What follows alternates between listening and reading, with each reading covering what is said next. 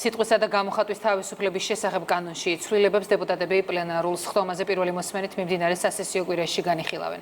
მანამდე მსჯელობა იურიდიულ საკითხთა კომიტეტზე შედგა. ცვლილებების მიხედვით თუ აქამდე მტკიცების ტვირთი ცილის წამების ობიექტზე იყო, კანონის მიღების შემდეგ ეს ცილის მწამებელზე გადავა. კიდევ რას ითვალისწინებს სიახლე, ნინო არღულიანის სიუჟეტიდან გავიგებთ.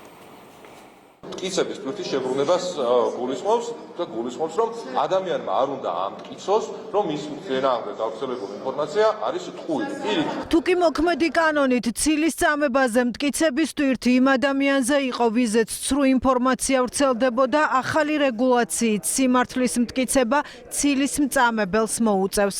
ქართული ოცნება ცვლილებებს სიტყვისა და გამოხატვის თავისუფლების შესახებ კანონში გეგმავს.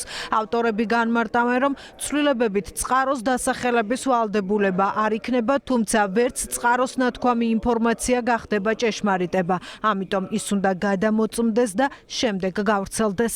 ადამიანი აღარ იქნება ვალდებული ამტკიცოს, რომ მის წინააღმდეგ გავრცელებული ინფორმაცია არის ტყუილი და პირიქით წყალებში დამბრალებელს მოუწევს მტკიცება იმისა, რომ გავრცელებული ინფორმაცია არის აბსოლუტური სიმართლე. წყაროს დასახელების ვალდებულება არ იქნება, რა თქმა უნდა, განცხადებელს, ამავდროულად მხოლოდ და მხოლოდ იმაზე მითითება, რომ წყარო მომაწოდა ინფორმაცია ვერ გახდება კონკრეტული ინფორმაციის ჭეშმარიტების დამტკიცების საფუძვლელი. განსაკუთრებით მედიას ეკისრება ვალდებულება, რომ მიღებული ინფორმაცია გადაამოწმოს, თან არაერთ წყაროსთან გადაამოწმოს და მხოლოდ იმის შემდეგ, რაც დარწმუნდება, რომ არის სიმართლე, გაავრცელოს კონკრეტული ადამიანის წინააღმდეგ. ოპოზიცია კანონპროექტს ისე აკრიტიკებს, რომ დოკუმენტი ჯერ ნანახი არ აქვს. ამის დასტურია ანი წითლიძის კომენტარი, რომელმაც დღეს არც ის იცოდა, რომ ევროპაში ცილის წამება უფრო მკაცრი კანონით ისჯება. აწუხებთ ყველა ის რეაქცია საქართველოს მოქალაქეების, რომელიც საქართველოს მოქალაქეებს აქვთ. არაფერი საერთო ამ ცვლილებებს არ აქვს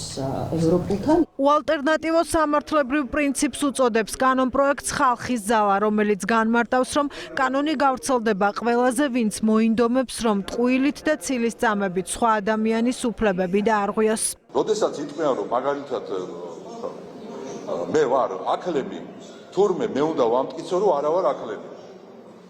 ეს არც სამართლებრივი პრინციპია და არც ერთ სამართლებრივ სახელმწიფოში ეს არ არის.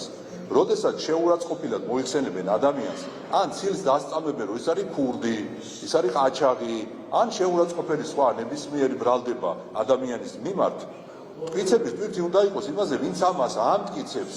ცილის წამება რიგ ევროპულ ქვეყნებში სისხლის სამართლის კოდექსითაც ისჯება. ცვლილებების ავტორები საერთაშორისო გამოცდილებაზე მიუთითებენ და აცხადებენ, რომ მოქალაქე კანონმა უნდა დაიცვას, როცა საქმე პატივის ღირსების და რეპუტაციის შელახვას ეხება. ჩვენ ვფიქრობთ, რომ ადამიანურადაც, მორალურადაც, სამართლებრივადაც სწორი არის, რომ ვინც ცილს სწამებს, მტკიცების ტვირთიც მასზე იყოს. ვინაიდან არაფერი არ უნებს ისე აზრის გამოხატვის თავისუფლებას, როგორც ცილის სწამება და ცილის სწამება ეს არის ერთ-ერთი ყველაზე ამორალური რამ, რაც შეიძლება ადამიანმა ჩაიდინოს. კანონპროექტში იცვლება სასამართლო განხილვის ვადები. ერთი თვის ნაცვლად მოსამართლე გადაწყვეტილებას 10 დღეში მიიღებს. დოკუმენტი იურიდიულ კომიტეტზე უკვე განხილულია. პირველი მოსმენით პლენარულ სხდომაზე საკითხი მიმდინარე სასესიო კვირაში გავა.